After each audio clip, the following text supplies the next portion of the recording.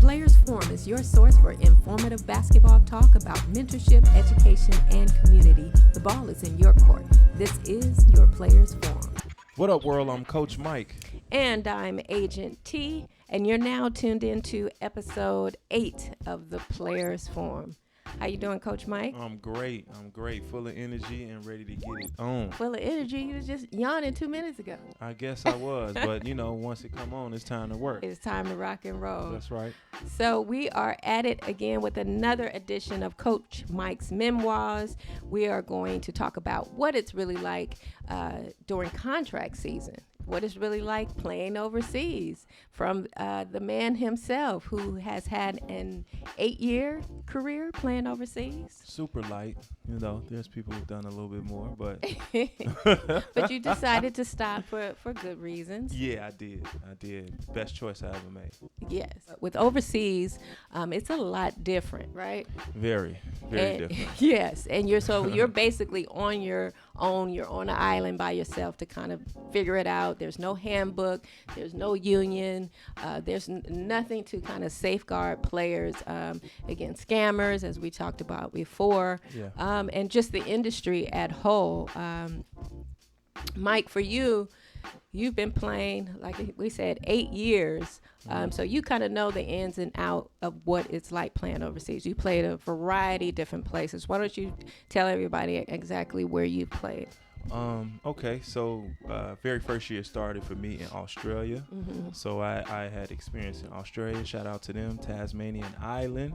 Yes. And Thunder. then it moved from China tour to the Middle East of Saudi Arabia for a couple seasons, Egypt, Iraq, Canada, Mexico. Where else? Everywhere. I don't know. China? Did you say China? Yeah, China. Yeah, a few places. Yeah. Stayed a few seasons at certain places. Mm-hmm. It was fun. Yes. Mm-hmm. For sure. So out of playing out of those playing in those different countries and leagues and regions, I'm sure you've experienced a lot of similarities and then differences over there. Does something kind of stick out to you? What was like a major difference from playing from one place to another? Of course, the change of scenery is always number one. Mm-hmm. Me and my travels playing in the Middle East for majority of the time that I played was very different. And it's not built for everybody. Right. So, and that's on the floor and off the floor. It's a different style of basketball. Right. Everything you can imagine. Right. I kind of went through over there. Mm-hmm. Yeah. So what about similarities? As far as countries, man, that's a good one. I don't know. I don't really know. Is there similarities between? Of course, there'll be some as far as gameplay to an extent. We kind of use the same basketball. Right. Everybody uses the same Molten Fiba certified ball, but not too much. Okay. Not too much. Okay, so let's jump into an actual contract season. Let's go ahead and go there. When you sign a contract, so what is the process, the starting process when you have an agent, or if you don't have an agent but you have an opportunity to play overseas? What is the first part or the first thing that happens? As far as, we'll go square one with it, man. Once you're getting home, it's no time to really break that much. Okay, we'll break a little bit. We may have a little fun, go out of town and kick it for a second, but then it's right back to it. Definitely being in Los Angeles with all of these leagues that go on in the summer.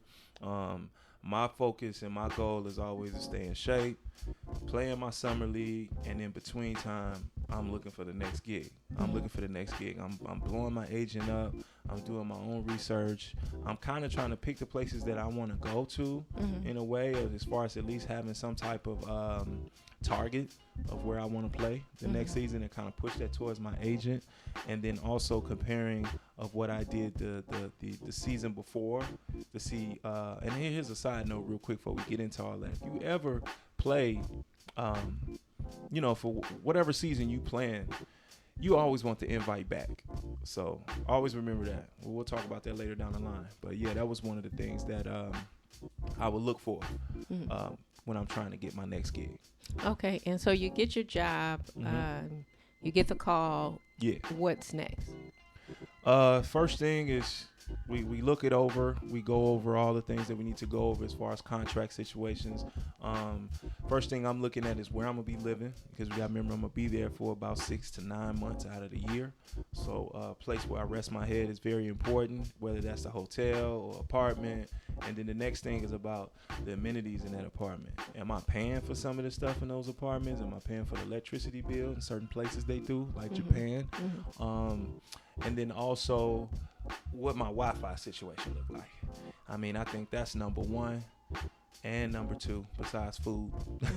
And keep in mind, guys, this is like before you're actually signing over a contract. You don't start going over this stuff beforehand, before you sign a contract and send it back. And we'll talk more about that in a later episode, where we're kind of like breaking down, overseas contracts and, what to look for on those contracts. But yeah, so you're checking over the contract, you see things, you ask questions, you guys go back and forth. Yep.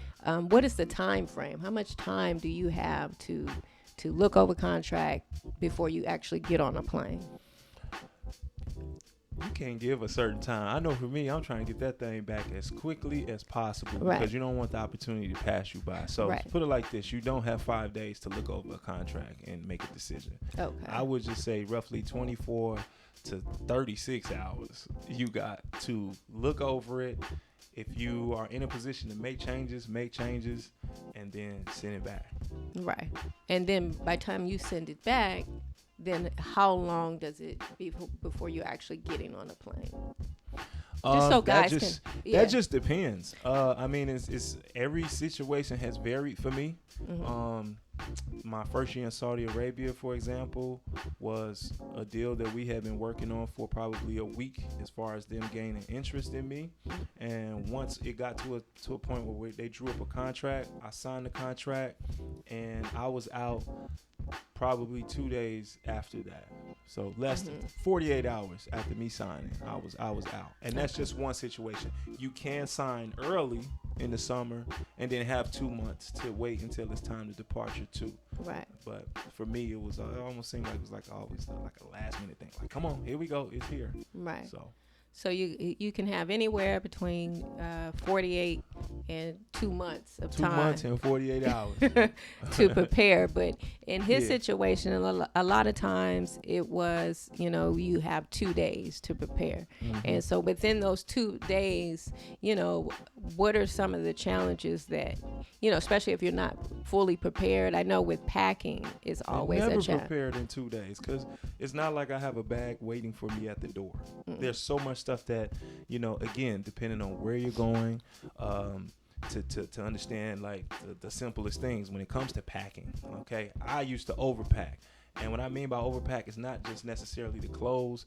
It was all my little stuff, like the shower gel, the deodorants, the things that that you're used to using, those certain products that is not gonna be in that other country. I knew for sure that me going to Saudi Arabia and Egypt, I wasn't gonna have certain type of brands that I could, use throughout 6 months.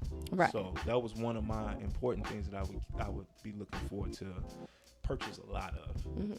So is it better to leave, take less and get more out there, or bring as much as you can so you don't have to kind of search and find? Beautiful, tricky question. For me, now this is only my opinion, I would just say bring as much as you can, at least as far as the things that you're comfortable with, that you can't live without.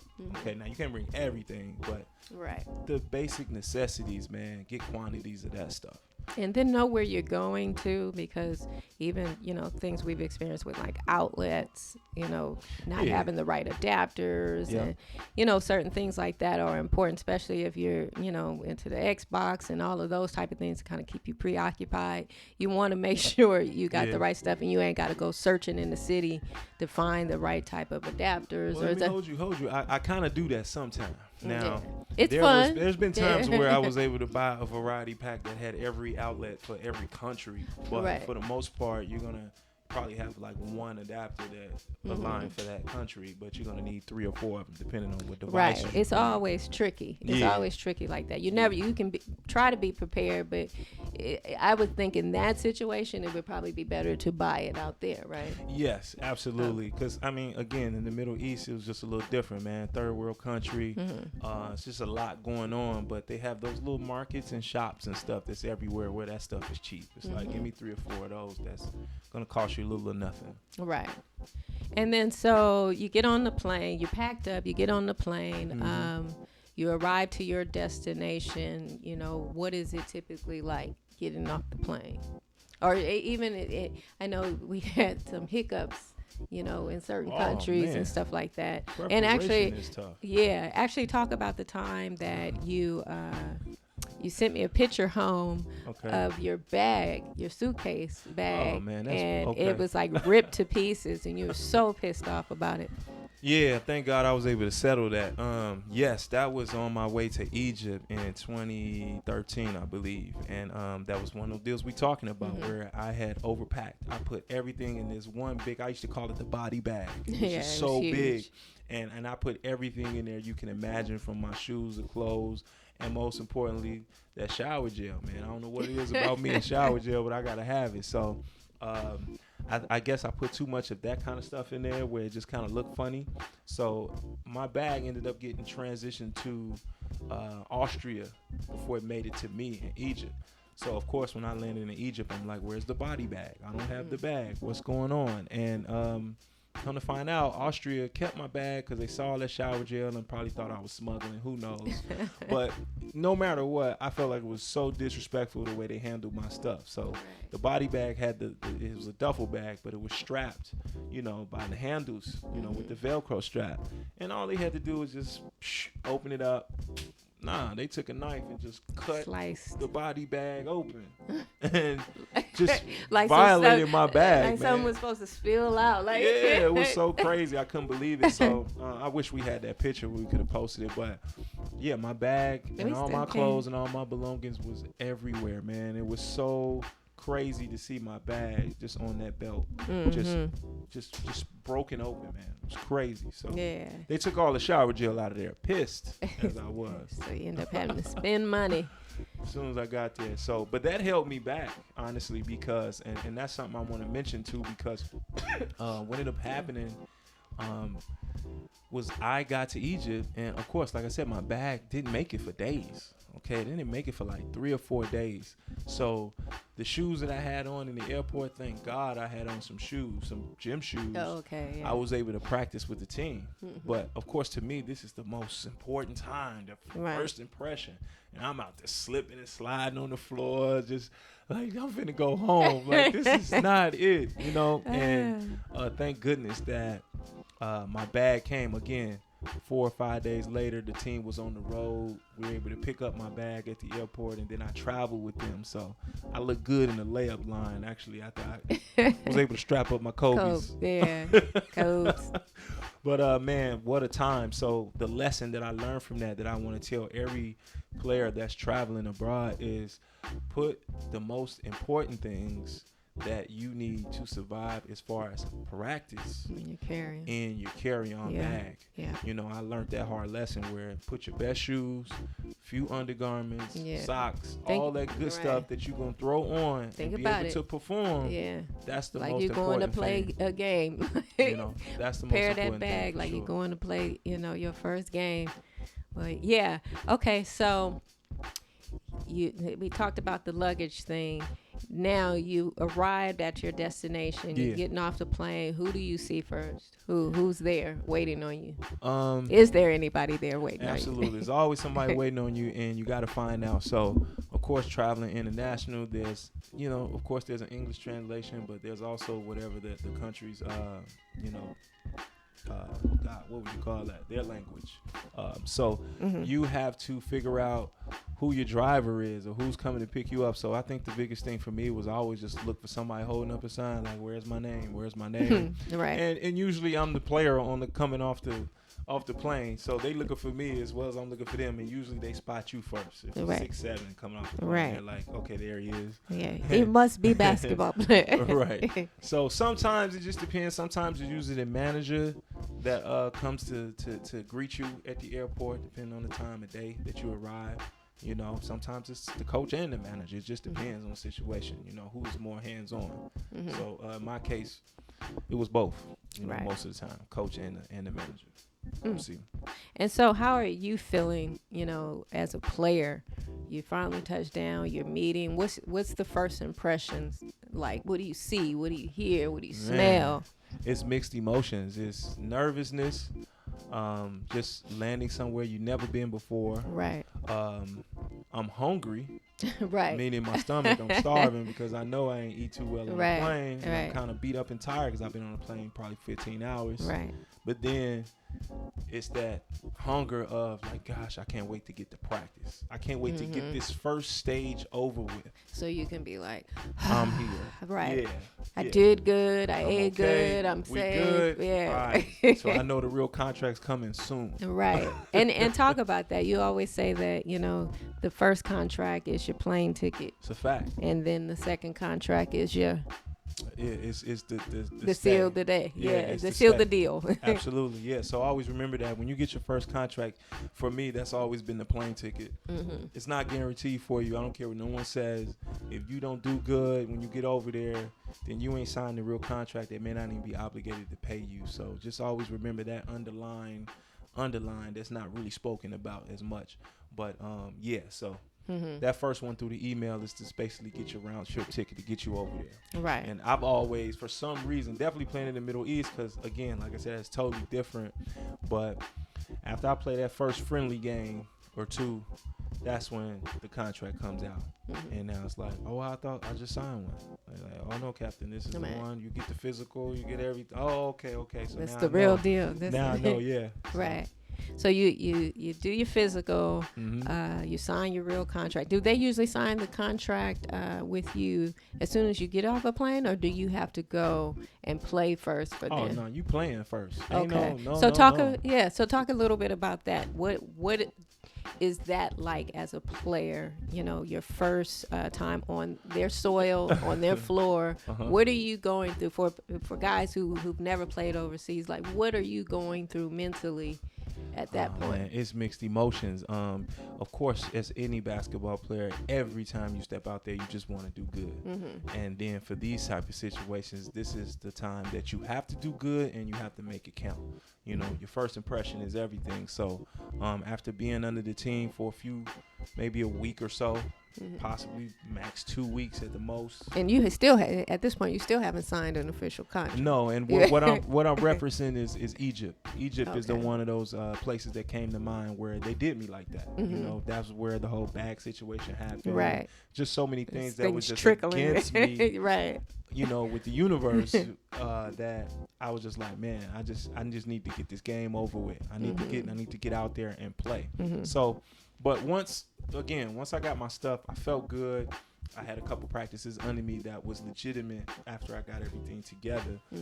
So yeah, it was just about game time. So now, is it a feeling of, you know, after you go to the first practice or whatever, and you have this feeling of, oh man, I got this, or man, this is like real deal? Because I know it varies country to country and league to league. So talk about where you definitely felt like, yeah, I got this. I'm in here. And then those times where you like, man, I don't know, I might not make it. Shit, I don't know. I know you think about places that you played. You know, Mexico, Australia, you know, China, Canada, you know, the Middle East. What were some of those places where, like, for example, Australia? How was that? You know, did you feel like, oh, okay, I can definitely compete in this? Yeah, Australia was a little different, though. I'll explain that. So Australia, coming from the ABA, which I played first, and then going there was a real smooth transition. At that time, my mind frame was, I was so hungry for that first job that it just didn't matter where. You could throw me in the middle of anywhere and I was just ready to play. As long as they had a ball in the hoop, you know? Right.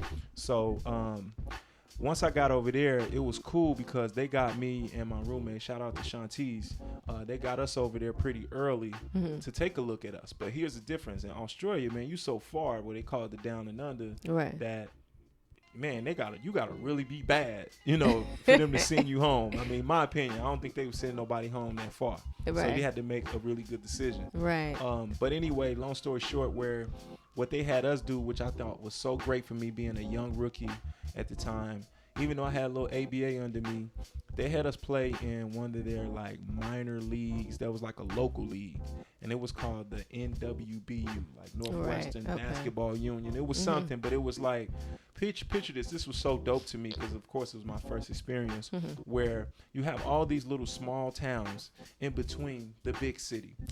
So you had Wynyard, you had Davenport. Those are kind of places that I remember that come to mind. And they all had a team in those towns. And it was a club. So you're represented by this club that you basically grow up in as a little kid. But it has nothing to do with the main league. So what they did for us was, it was kind of like a tester where they put me and Shantice, of course, on different teams because you can only have one import on those teams. And we would play on Tuesday nights. And it was almost like, you know how you know, our guys, you know, regular guys that were just playing like a Tuesday night league. It was kind of like that, but it was the real deal because there was an American on the other team, right? And that was how they determined if we was good or not. And I remember coming home, I had 36 points or 38 points, something like that, the first game.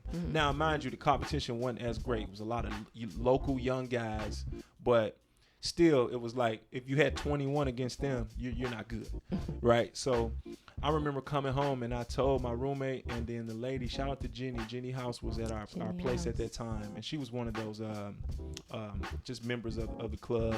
Great family, host family, took care of us. But I said, I had, she said, how much you have? I was like, man, I had 38 and whatever it was. She was like, oh, okay, yep, that's about right. But my roommate like, damn. I'm like, I'm feeling good. I'm like, yeah, right. She like, yeah, well, we knew, you know, like we expected. They expected me to have that type of points. Right. It was crazy. And off subject a little bit, but you know, that is the typical mindset of, you know, overseas. They expect you to come in and be the Kobe and the LeBron and the Jordan of their team. So it's like I'm not surprised. Well, jumping around like Middle East is like that. Like it was so many times that was their thing to back out and say, hey, you're the professional. Right. You the professional. Right. Like you are too. Like no, you're the professional. You get all the money. Like but going back to Australia, that was kind of funny. It was just like, I had 38. She's like, oh, okay, good. Okay, cool. Like, basically, you should have that. Right. And so what about playing in Canada? I know you struggled a little bit in the beginning there because it was a whole different, you know, arena and style of play. Then you have more Americans there. Talk a little bit about that experience and how you felt, you know, you measured up. That's a great one. So back then, not knowing, that was kind of like my transitioning of coming down and then moving on out of professional basketball, not knowing. But at the time when I took a job in Canada, my first year was like a transition out the Middle East. I had enough of the Middle East at the time. Needed a break. So for me, it was more about just trying to mesh and just find my way to be productive. Right. Once I was able to do that, again, like I said, it was real cutthroat. It was like here today, gone tomorrow. So many guys being in and out and transitioned in and out and traded to other teams that it was just something that I just was not ready for, to be honest. So I remember I was cut the first. After like a few games, that coach cut a bunch of us, like 4 or 5 guys. But I was blessed enough to end up, I played enough to be seen by another team where another team picked me up right away. So I never went home. Shout out to Island Storm. Yeah, that'll be a good story to share one time. Oh my gosh. About how that happened. But I vlogged a lot of that stuff too back then. Yeah, very true. Yeah. A lot. Yeah, actually. Definitely. Shout out to you. I got to dig up them archives. Yeah. So, okay, you've got your bearings in your said country, wherever you're playing at. You know, you feel comfortable. You know, you're on the team. Yeah. how do you, what's a typical game day like? You wake up at a certain time, you do what happens? Different scenarios for different places. So let's take the Middle East for an example. You're on your own. You already know when you're in third world country and all that stuff, you're on your own. So the biggest thing for you as a professional is to be professional, and that's develop a routine. Whatever that routine is, if you got to get up, set your alarm clock to get up a certain time, do certain things. If that's eating breakfast, if that's going to go shoot, whatever it is that you do, you got to make sure that it's routine. Like definitely when you're playing at home and not on the road. If you're playing on the road, then you know that everything needs to be prepared the night before, so that when you get up, you can do part of your routine and then leave out the door. So going to Egypt, which I loved, and I felt like I played my best basketball at times out there because of the way I was able to take care of my body. Now out there in the Middle East, it's not really like that all the time, but for some reason in Egypt, Smuha Club is who I played for in Alexandria, Egypt. They had a like masseuse recovery type deal on the campus where we played. And oh my goodness, when I say I developed a relationship with a few of those guys in there and make sure that they had me right, my typical game day preparation would be I would get up, I would eat, which is funny. I'm gonna tell y'all something. This is hilarious that they're doing it today, but back then, this was 2013. It was like Uber Eats before Uber Eats, because over there everything delivered, everybody delivered. So whatever it was that I wanted for breakfast, which back then I'm sure was like McDonald's. Yeah, I know, right? They don't even eat that stuff anymore. But yeah, I would have like the pancakes and all that stuff delivered to my room. Stomach hurting right now. Oh man. So I would do that, and then again, like I said, the next move for me, I was going directly to the massage the people. Bathroom. That too. But yeah, so the massage people would take care of me, and not only would they give me the massages, the stretches was great. Right. So that's why I say I think I was able to play my best basketball, because I never felt like sore, nothing. Right. And so that's something key that you said. You have to set yourself up with a routine and stick to it, because in places like Canada, you would receive like an itinerary and stuff like that. Yeah, of course. Canada was way more professional. Still depending on the team you play for. I was blessed enough to play for a really good organization. Island Storm was really good back then. Right. And now that was different. Right. What about Australia? Was that similar in the sense? Yeah, Aussie was similar to Canada to an extent. Still, not really. Yes and no. Yes and no. Still on the overseas life where I still had my routine. And back then, I'm young, first job. I ain't really had no real routine, or I may have not understood that I was doing a routine, because again, my mind frame, I was so hungry to be successful that it was just stuff that I would just naturally do. I felt like, okay, even in college, it goes back that far where I was like, look, if I can go shoot hours before the game and they'll let me in the gym, I'm in there. And that's what happened with Australia. I was able to get in that gym 1 o'clock in the afternoon for a 7 o'clock game and get them up on my own, or sometimes with my roommate. Yeah, so that was part of the routine. If I can get in there, I was good. I felt accomplished before the game.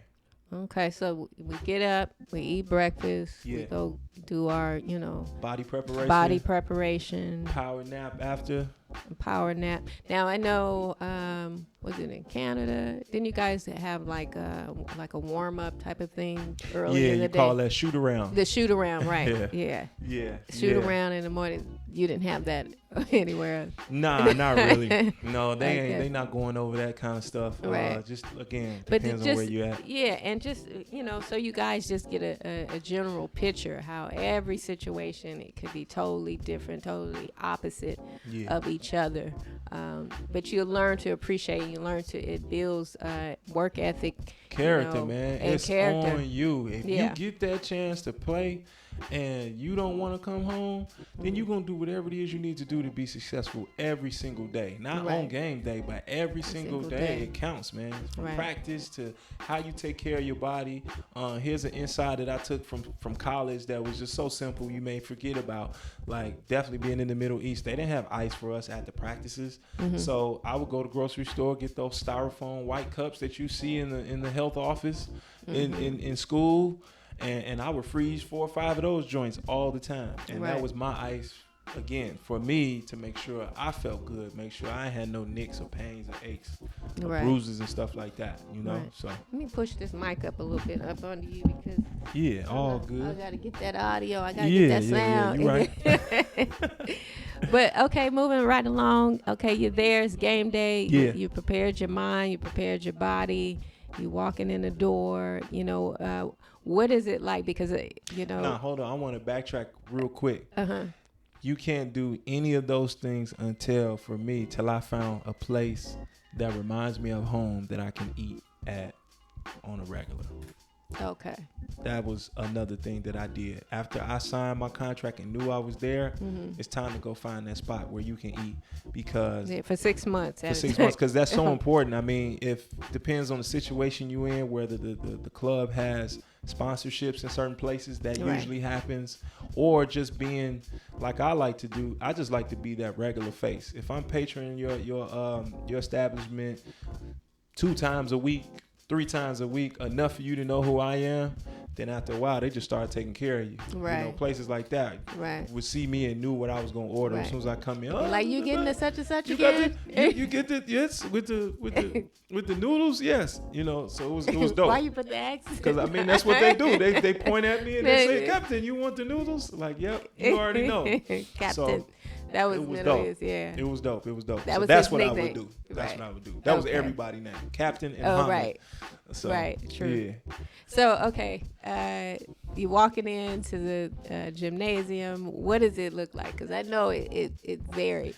Varies, man. You in China, it was like a bazillion people standing up, violating all fire laws, all hazard zones, or no occupied. way out of there. And then this is 2009, 2010, so you can look up and see the smoke above your head, because you can smoke indoors and smoke cigarettes. Ooh, that's tough. Off the chain. So, and then players smoke too. They oh smoke my God! I think that was the scariest. That's the scariest thing I think I had saw as a player. We're moving and going into the gym. Actually, no, it was halftime. Ooh. We're leaving the court. We're leaving the arena to basically walk across to the next little bungalow or whatever to talk as a team. And on the way back in, I see the point guard on the other team basically eating a cigarette. He's smoking so fast. Like, what is he doing? Is he smoking? I said, oh, we got to hit him. Right. We got to hit him. We got to knock the wind out of him. And he still gave us work. Unbelievable. Oh, goodness. Yeah. So, okay. So we looking at the crowd, the energy. Yeah. And it varies. It varies, man. I know. Find personal motivation. It's so much electronics out here. You talking about when I play. So I ain't had the Dre Beat headphones, wireless phone across the court. I'm damn near talking to myself. Okay, I'm finna do this. I'm finna do this. They can't guard you. They can't fuck with you. You know, hyping yourself up. Right. But in the Middle East, I know there was a couple of like even close calls, but that was probably the most interesting crowd experience that you've had. That's a memoir moment for real. Yeah. I don't know if that's a whole podcast episode by itself or. It could be. I'll give you a little piece of it though. What you're referring to is Egypt. So that was the playoffs. That was crazy. So at that time, a lot of things was going on with me. My club wasn't paying me on time, barely paying me at all. Like as far as on, not just saying on time, but it'll take 1 or 2 months to get a certain amount of money or pay from February and we're in April, that kind of stuff. So after a while, it just weighed on me, and I'm just like, look, I'm tired of this. Y'all are playing with me, but I'm out here playing and giving my all that. Right. You know what I mean? So that kind of messes being Michael with you. Jordan. You know how it go. But anyway, so we're in the playoffs. We had just finished playing our game. So I'm hanging out with the Americans. Shout out to my man HB, Harry Boyce, out of Wisconsin. My man B-Mo, Brandon Morris out of Wisconsin too. Those my guys that I talked to and built a relationship over there in Egypt. So any chance when we were able to see each other, we would connect. So this time, me and HB was in the crowd watching Ittihad play. Big time. Basically, I felt like the Lakers of Egypt. Like they never lose, know. And they was getting cheated, to their opinion. Who knows? Right. But it just got to a point where you got management, all the people that involved in that club is in the crowd. And they yelling, they're screaming at the refs. Now I got to a point where the team has gotten so upset that they all got up as a unit and walked off the bench and just like sat in the corner and pouted. And I'm like, yo, what they doing? They walking off. And but you start to see people behind me and HB that's just like, yo, okay, they're getting a little wild, right? And now they start coming out the bleachers, and now they're trying to get at the refs physically. So they cussing at the refs, doing all this. And I got my iPad out, so I'm like filming. I'm going in, and they like damn near attack me. So they push my iPod out the way. Oh, don't do that. Da, da, da. So I go back into the crowd and I sit down. So now I'm sitting down because the whole thing is just going crazy, and I'm it's looking like they're trying to calm it down. And then out of nowhere, remind you where we are right now. It's 2013. I think they had the revolution out there a few years before. So everything was still off balance as far as like everyone were not playing at their home base clubs. They had us on a military base where we were protected, and the military was security guards throughout the building. So mind you, I got a security guard over my right shoulder, me and HB. They're just kind of in certain spots all over the place. So now with this mayhem going on in the middle of the floor where they can't stop it, I look up, and the guy that has the big M16 inside the building now looks like he wants to aim at the people. And I remember a guy was just like, "Captain, no," or whatever he would say in Arabic. I can't, forgive me if I don't want to say the wrong thing, but whatever it was, it scared the life out of me. Right. And when I saw that, I said, okay, shit, I'm ready to go home now. Like, they finna start shooting in here. They about to do something crazy. I'm good. And I just remember having all that on camera. Yeah. Classic footage. It was crazy. Yeah. And then, granted, from that video, it only looked like it was like 50 people in there. It didn't look like it was a stand. And then women weren't even allowed. Nah, no women anywhere were allowed in those sports. Of course, back then, and I'm sure still now, which is unfortunate, but it is what it is.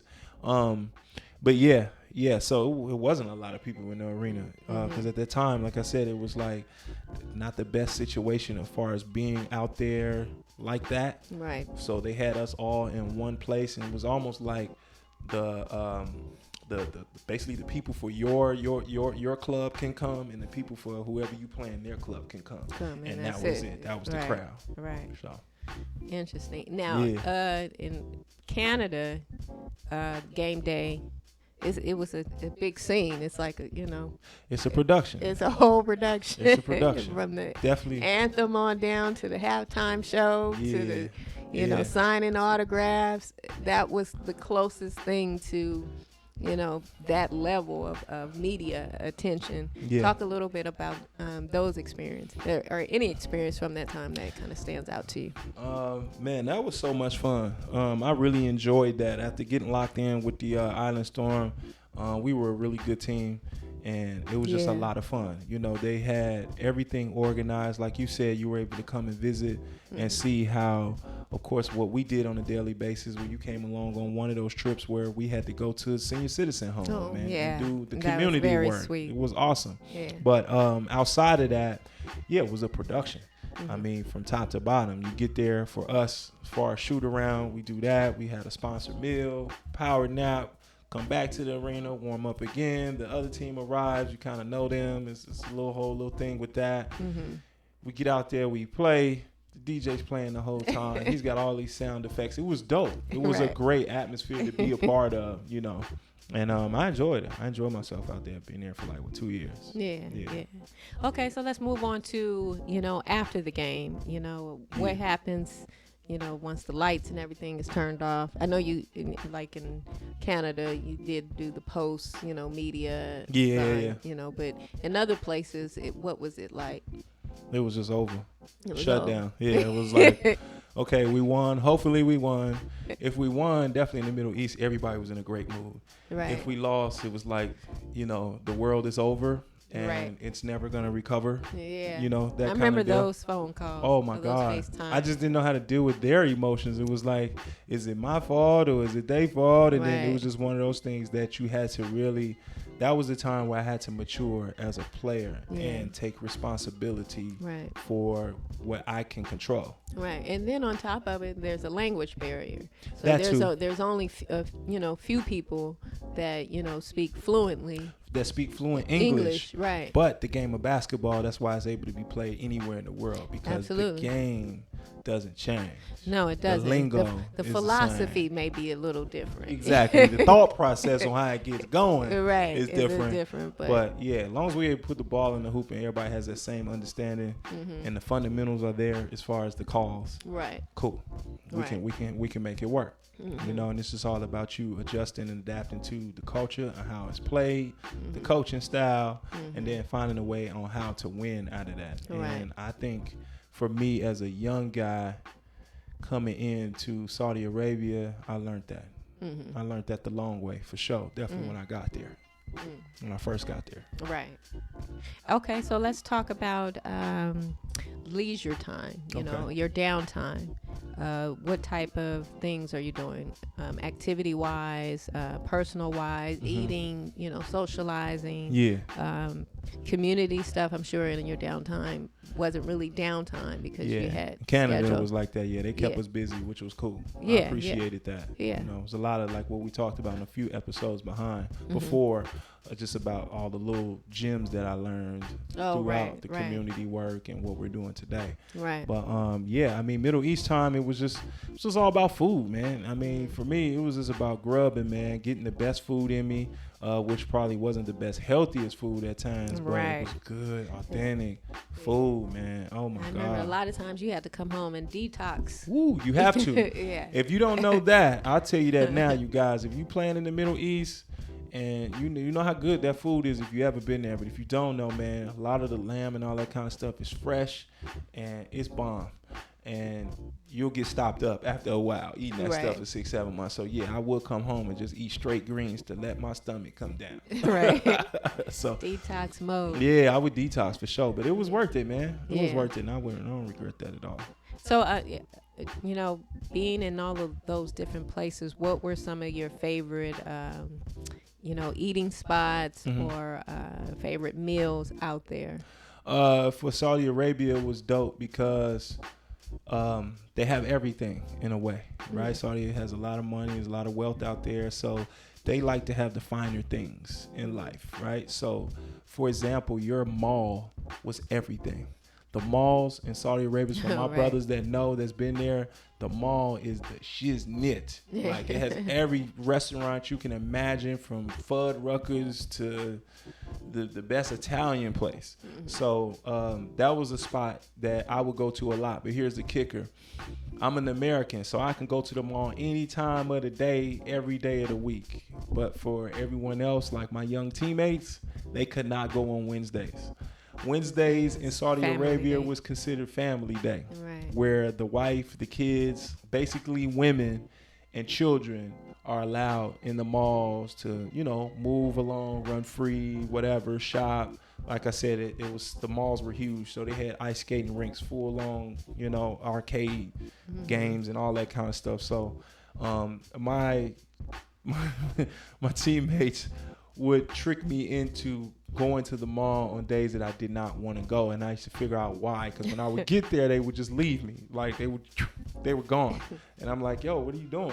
But then I figured it out. I'm like, oh, that's why y'all in here, because all these girls is in here. And it was a fun time though. It was dope after I figured out what they was doing. Right. But they wouldn't let them in unless they were with me. You. Yeah, it was funny. Like, they got to come find you. But yeah. But so yeah, I enjoyed that. Favorite eating spots, you said in Saudi Arabia? Saudi Arabia was the mall. Egypt, it was a beautiful little like Italian restaurant, I believe. It was something like that. Shout out to my man Mitchell. I got a lot of shout outs in this episode because I just met so many people, so many great people over the years. But my man Mitchell Johnson, Mitchell Bahamas, me and him were basically roommates. We lived in the same hotel across the hall from each other, but we found a spot out there that was just so good, and they took care of us, and they had like the authentic stuff, with the shrimp and linguine and just stuff that we can relate to from home. Right. So that was ideal. I cannot tell you the name of that restaurant. I have to go back to the like footage. a oven cooked pizza or something you used to get? Was that was in Saudi. Oh, okay. That was in Saudi. Yeah, they had the brick oven pizza in the grocery store. Right. I used to always hear him talk about that one. Yeah, that was good. Yeah. Because they would do it for me the way I cheese, want. Yeah, hey, throw this on here. When they weren't supposed to, but they would just hook me up to make it thicker, or to be thin. It wasn't good, but they used to take care of me, man. It was dope. Mm-hmm. And so, as far as activities and PR and promotion and community stuff, what would a typical day be like for like a PR run? A PR run on a day we don't have games would be, let's go Canada, for example. So, of course, being 12 guys on the team, they would split us up into fours, and it just depends. So if it was like, for an example, my house, 4 or 5 guys that's there, they already have on our itinerary that you 4 are going to go to such and such elementary school at 9 o'clock to go visit this school. Early mornings, right when you get there, you know. So we would do that, and that would lead into, from there, it would be practice. And we go from practice to team meal, and then home. That was a typical day, but that's just on a normal. Right. We would go visit. It was every other day. It was like, if you don't have a game, it was almost cool, like to an extent, like, man, okay, I ain't got nothing to do today. But practice. I can sleep in. Right. And then most of the time, you trying to sleep in, it was more about getting something done with your body. So it was always recovery. Something. Yeah. And then, obviously, nowhere in the Middle East did you do any PR publicity. They like no cameras. They don't. My whole PR, any and everything was done on the basketball court. Right. That's how you knew who I was and who every other American was. It was like the battle of who gonna win and who gonna have the most points, or who gonna do something that they can remember. Right. You know what I mean? So that was our PR. Yeah. Right. It was all about us. Right. And it was so difficult. I mean, the little footage that you did get, but keeping that in mind that those places don't want you to record anything. Yeah, but you know what? Now it's changed. Who knows? Now it's changed. It's true, because everybody got electronics, but I'm sure it's probably still like that. I'm sure it's stuff they don't want you to have on camera out there. But back then it was like against the law to film. Right. Even in the mall. Which is crazy. Security run up on me quick, like no cameras. Like, damn, that's my phone. Right. Now in Australia, I know I keep jumping back to those 3 that you played other places, but in Australia you did a what was it, a radio commercial, voiceover? Beer commercial. Yeah, do you remember that? I don't remember the name of the beer, but I do remember the moment. Yeah, we went to a real radio station, first time ever. Me and Shantice. Shout out another shout out, Kirk Penner. Kirk Penner was the guy that did a lot of our PR handling, so he was the one taking us everywhere and anywhere, and that's where I got a lot of my experience from back then, that first job. But he took us for a beer commercial. We had to do a whole drop at the radio station with the headphones on. It was crazy. Wow. That was dope. Yeah, I think I still have that. Oh my God, I would love to hear that. You emailed it to me. I did. Yeah, I have it somewhere. I haven't had to dig that one up. That would be crazy. I was just like, oh yeah, he has no experience. Zero. You guys, what we was doing. Right. And we was like acting it out. Yeah, but it was like so like monotone and terrible. And they played that thing at every home game. Wow. And I noticed it one time because I think we came out of the locker room like a little early in halftime, and it was playing. I'm like, yo, you hear that? That's us. That's a commercial like, there. God. All right, we're on the radio. It was a lot of fun though. Yeah, a lot of fun. A lot of cool experiences. Yeah. Okay, so you had your game day, you've had your PR circuit, and your off time, your downtime. Yeah. As an athlete playing overseas, what are the main priorities? I know we always talk about this where, basketball is, 80% business and then 20%, actually playing the game. As far as a basketball player, what are some of those priorities? What makes it 80% of the game as business? Contracts, man. Contracts, making sure you're getting paid on time. I always advise guys to understand their contract, always ask questions, and then most importantly, man, make friends with the people in the financial office. I had to do that. They say, "Hey, Martin, yep, I'm here looking for my payment," and that made things a little smoother. And then also know where your embassy is when you're in those countries. Yes. Very important. That is very, very important, because no matter what the U.S. embassy protects you, whether it's something to do with the contract, because remember, you signed an official contract, which we're going to leave that game for another episode. Right. But that was one of the biggest things that I did, definitely in Egypt. Is where I learned all that stuff. You had no choice but to learn. Oh yeah, learn quick. But I tell you this though, it was one time I never forget his face, and I see his face right now in my mind. But we was going back and forth, and I was on my way home trying to get the last of my check. Right. And we going back and forth, negotiations. Nah, you owe me this. Nah, you owe me that. Then he walk out. Then he come back. We want to give you this. I'm like, no. So the last thing, I don't know why I thought of this, but I was so angry, and I'm like, who can I talk to? And I Googled on my iPad the embassy, not the embassy, the FIBA Federation for Egypt. And all I did was go to the Eurobasket, and I went to the Egypt page, and I just looked up the federation because I wanted to get their phone number. And once I got that, and the guy came back in trying to, give me this check, and I turned the iPad to him. I said, if you don't give me my money in 1 hour, I am going to call an embassy. And to see his face drop, like, oh, should you know about that? And he turned around, and I left. I remember I never got. I went to get something to eat, and I come back. They had all my money. They said, no, go to the financial. I was, oh yeah. I was calling the guy now. Yeah, Muhammad. Yeah, I'll be there. He knows me. Right. I'll talking to him all year. See you soon. Yeah. So yeah, that was funny. So, but yeah, I felt like that's the most important thing, man. You know what you're going out there for. Yeah, making sure you're getting your money, getting paid on time. Make sure they're following that contract. Yeah. And then you also talk about to network. Always thinking ahead about the next game. Next job opportunity. Yeah. Yeah. So what I did to actually get to Egypt from Saudi Arabia was I used my coach. I had a great relationship with my coach. He was that was the biggest thing for me. I was always talking to him about, not in a disrespectful way, but just saying, hey man, when this is over with, man, if you know anybody that can help me get my next job. I wasn't waiting on my agent to get my next job. I was over there networking with those coaches. Right. And then lo and behold, how I got to Egypt was a coach that was in the league of Saudi Arabia that was like, I want him. Right. So once he left that league, he picked me up. And so how is that? Do you feel comfortable talking to your coach about helping you get another job when you don't know if he's even considering you for a second year or second, go round?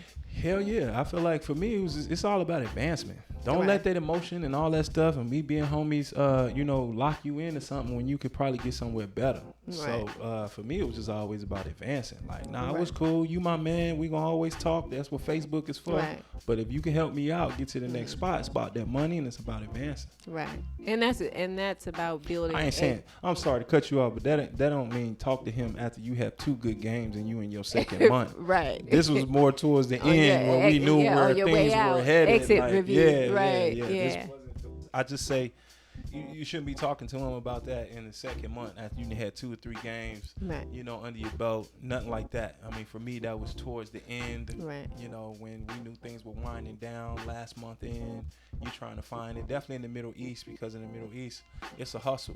Right. I'm sure it's a hustle everywhere else, but I can only speak for what I experienced. Right. And I just knew about like those cup games and those cup tournaments that'll pay you X amount of dollars for least amount of time, 2 weeks. I was always trying to get into those things, and then of course, like I said, advancing and getting the next job for the next season. Right. It actually worked out for me one time. Right, because even places like Canada, they actually had exit interviews or exit reviews. Right. But the Middle East is not so much. Well, kinda. I mean, it's only you and the coach, and then like you got this whole big staff. So Right. it's like you and the coach, the Right. managers, whatever. But you and the coach Right. over there. It's just as long as y'all tight, you're able to. Right. And then I would think you would need to be careful too, because a lot of times other coaches, I know you talked about this in the Middle East, would try to approach you. Oh, you should play, for my team, and during contract season, And sometimes that could be a little tricky because you don't know what their intentions are, and then you don't want to look messy going Right. behind your coach's back, trying to negotiate an opportunity. So it's best to always kind of go through your coach, and then if you do get some interest, have your agent handle it from there. Don't try to negotiate and do your own deals, because it ends up getting real messy in the end. Right. Yeah. Stay loyal to your club, man. Be professional, man. That's just back to being professional. Right.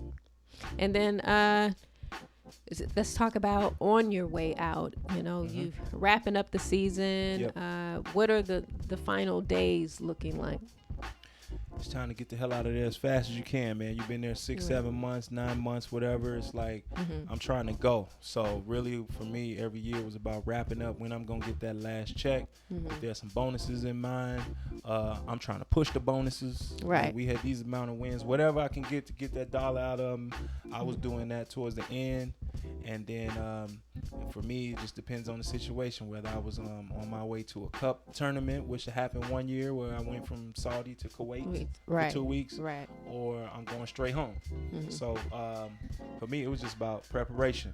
A lot of stuff that I brought with me, I may not want to take back. Right. Your teammates, of course, are going to jack you for everything you possibly brought over there anyway, which was cool with me. So I was giving away shoes and shorts and all that kind of stuff anyway, just to pack light. And, we always shopping for the family and bringing home souvenirs and stuff like that. So it was more about, taking that extra weight off of you to get to the airport. Right. So what an experience, Oh man. Never forget it. Yeah, for sure. Yeah, grateful for it too. Yeah.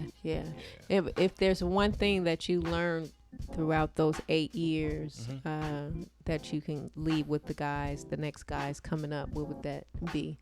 As far as what? Just the experience? Just the experience.